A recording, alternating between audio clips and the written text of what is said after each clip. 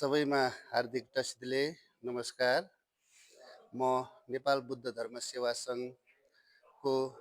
कार्य समितिको सचिव। हामीले नेपाल बुद्ध धर्म सेवा सङ्घको आयोजना र श्री फुरिता शेर्पा, जसलाई हिमाली माइला भनेर पनि चिन्ने गरिन्छ, उहाँको परिवारबाट प्रायोजन हुने गरी यही 2082 साल फागुन 12 गतेदेखि 19 गतेसम्म अमिताभ बुद्धको महासुखावती साधना पूजा को आयोजना गरिएको छ। उक्त पूजामा सम्पूर्ण भक्तजनहरूलाई यही सूचना मार्फत हार्दिक आमन्त्रण गर्न चाहन्छौँ र यो अमिताभ बुद्धको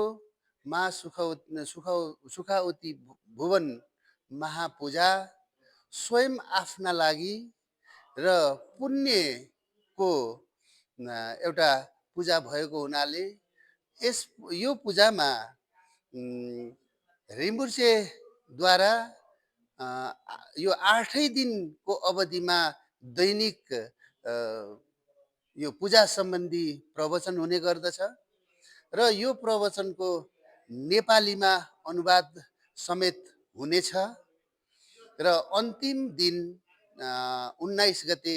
वाङ समेत भएको हुनाले यो अत्यन्तै महत्त्वपूर्ण पूजा हो। यो नेपाल बुद्ध धर्म सेवा सङ्घले यो दोस्रो पटक यसपालि गत वर्ष पहिलो आयोजना गरियो, यो दोस्रो पटक हो र यो सुखावती भवन पूजाको महत्त्व के हो, यसको महत्त्वको बारेमा आज हामीसँग हुनुहुन्छ। हामीलाई यो पूजाको बारेमा प्रस्ट्याइदिनको लागि आज हामीसँग हुनुहुन्छ आचार्य नुर्पु शेर्पाज्यू। उहाँलाई यसको विषयमा केही हाम्रा भक्तजनहरूलाई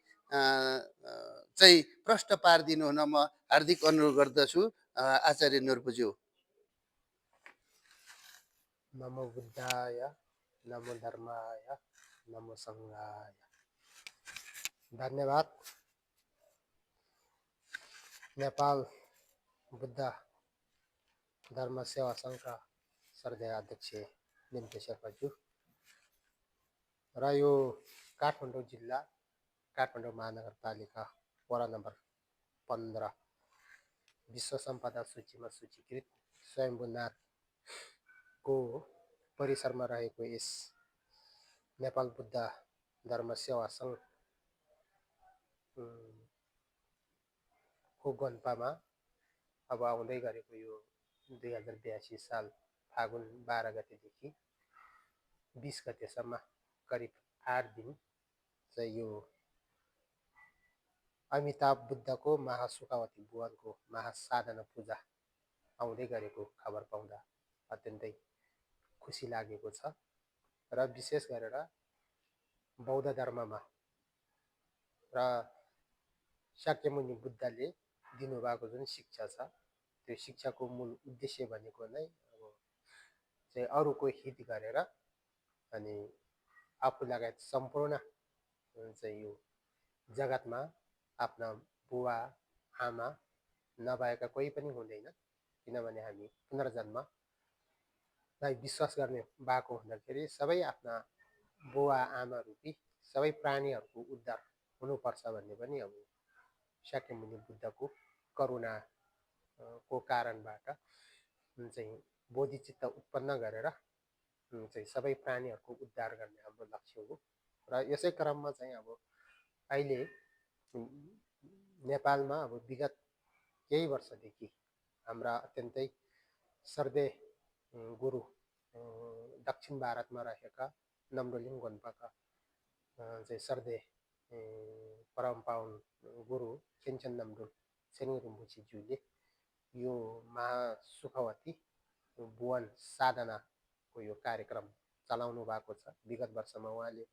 नेपालको यो झापा टिमाईमा पनि उहाँ स्वयंले स्थापना गर्नुभएको गन्पामा पनि यो कार्यक्रम चलाउनु भएको थियो र विगत वर्षमा यसै नेपाल बुद्ध धर्म सेवा सङ्घमा पनि यहाँको आयोजनामा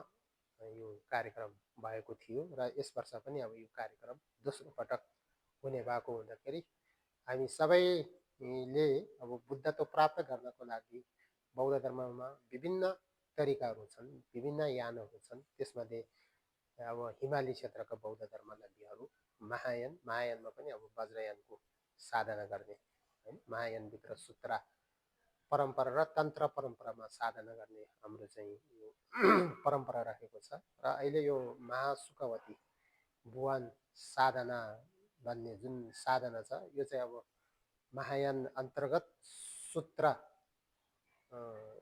परम्परामा यो साधना गर्ने विधि रहेको छ र चाहिँ अहिले चेन्चन नम्बुल रिम्पोछेज्यूले जुन साधनाको चाहिँ यो विकास गर्नुभएको छ अथवा परम्परा छ यो चाहिँ अब निङ्मा परम्पराका अत्यन्तै विशिष्ट गुरु खेम्बु जिग्मे फिन्छो त्यसै गरेर चाहिँ अब गुरु थोसङहरूले चाहिँ यो प्रचलनमा ल्याउनु भएको थियो। त्यसैलाई नै चाहिँ यो परम्परा निरन्तर चलिरहेको छ र विशेष गरेर चाहिँ अहिले यो चाहिँ अब गृहस्थीहरूको लागि चाहिँ यो अभियान अत्यन्तै राम्रो छ। किनभने अब हुन त अब हाम्रो यहाँ साधना गर्नेहरू अब 3 वर्ष 3 महिना साधना गर्ने परम्पराहरू पनि छन्। त्यो अत्यन्तै लामो साधना हुन जान्छ। त्यसै गरेर चाहिँ अब कोही 3 महिना बस्ने, कोही 1 महिना बस्ने पनि हुन्छन् र अहिले यो चाहिँ 8 दिनको साधना भनेको त्यति धेरै लामो समय होइन। 1 वर्षभित्रमा सबैजना अब बुद्ध धर्ममा श्रद्धा भएको अथवा चाहिँ आफूलाई भविष्यमा सुखवती भुवन अथवा अमिताभ बुद्धको चाहिँ परिषदमा आफ्नो पनि जन्म हुने लक्ष्य लिएर जो यस साधनामा बस्नुहुन्छ र चाहिँ यो साधना चेन्चन नम्बुल रिम्पोछेज्यूले यसको प्रवचन पनि गर्नुहुनेछ र यसको चाहिँ नेपाली अनुवाद पनि हुनेछ र यो पाठ चाहिँ मूलत बोध भाषामा छन् तर अब उपासक उपासिका गृहस्थीहरूको लाई मध्यनजरमा राखेर जसलाई चाहिँ अब बोध भाषा पढ्न आउँदैन अथवा बोध भाषा पढ्न आए पनि त्यसको अर्थ बुझ्नलाई अलिक सहज त हुँदैन। त्यस्ता उपासक उपासिकाहरूको हितको लागि चाहिँ शरदे भिक्षु आङपुरी शेर्पाज्यूले यसको चाहिँ नेपाली अनुवाद गर्नुभएको छ र त्यो सरल नेपालीमा छ र यो चाहिँ नेपालीको जसलाई बोध भाषामा पढ्न आउँदैन यो पाठ नेपाली भाषामा पनि गर्न सकिने सुविधा छ र चाहिँ 1 हप्तासम्म यसको चाहिँ अब धर्म प्रवचन पनि हुनेछ। त्यहाँ चाहिँ अब बोधिचित्तको सिल लिने सिल पनि गुरुले प्रदान गर्नुहुन्छ। त्यस्तै गरेर त्रिशरण गमन जाने, त्यस्तै गरेर बोधिचित्त उत्पाद गरेर सम्पूर्ण प्राणीहरूको हित गर्नको लागि एकदमै सरल चाहिँ यो उपाय रहेको एक प्रकारको यो साधना छ। यसमा चाहिँ अब सकेसम्म धेरैजनाले यसलाई चाहिँ के अरे अवसरको रूपमा लिएर र 8 दिनको समय आफूले चाहिँ निकालेर अनि नेपाल बुद्ध धर्म सेवा सङ्घमा सम्पर्क गरेर यस साधनामा सहभागी हुन सक्यो भने चाहिँ राम्रो हुनेछ र किनभने हाम्रो मान्छेको के अरे जीवन एकदमै दुर्लभ छ र महत्त्वपूर्ण पनि छ र यो एक अनित्य भएको हुनाले हाम्रो जीवन कहिले अन्त्य हुन्छ हामी कसैलाई पनि थाहा हुँदैन। त्यसो भएको हुनाले समय हुँदै चाहिँ हामीले अर्को जन्मको लागि र यसै जन्ममा पनि आफूलाई सुख हुने र अर्को जन्ममा पनि आफू मृत्यु भइसकेपछि पनि यो चाहिँ अमिताभ बुद्धको सुखवती भुवनमा आफ्नो जन्म हुने हिसाबले चाहिँ यो साधनामा भाग लिन सक्यो भने चाहिँ राम्रो हो। यसमा भगवान् बुद्ध स्वयंले पनि यो अमिताभ बुद्धको यो साधना गर्नुभयो। अब यसको धारणी मन्त्रहरू जप गर्नुभयो भने चाहिँ निश्चित रूपमा त्यस्ता व्यक्तिहरू चाहिँ अब दुर्गतिमा पतन हुने छैन र मृत्युपछि त्यस्ता व्यक्तिहरूको जन्म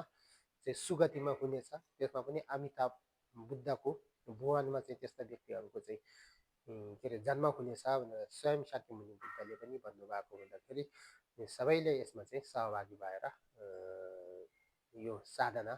सफल बनाउन त्यस्तै गरेर चाहिँ अब यसमा सहयोग गर्ने दाताहरूको पनि जीवनमा उन्नति प्रगति हुने र भविष्यमा उहाँहरूलाई पनि बुद्धत्व प्राप्त गर्नमा सहज हुनको लागि सबैले त्यहाँ परिनामना पनि गर्ने अनि सामूहिक पाठ पनि गर्ने र यो सामूहिक पाठको पनि अत्यन्तै ठुलो महत्त्व रहेको छ र सामूहिक पाठ गर्दाखेरि चाहिँ अब शक्ति पनि धेरै हुने भएको र पुण्य पनि सँगै धेरै लाभ गर्न सकिने हुँदाखेरि सबैले यसमा सहभागी भएर चाहिँ यो यसको जुन यो सुनौलो अवसर छ यो सुनौलो अवसरको फाइदा उठाउनु हुन म सबैलाई स्वयम्भूमै हार्दिक झर्न अनुरोध आउँछ। गर्दछु। हस्त धन्यवाद। भवतु सब्बा मङ्गलम्।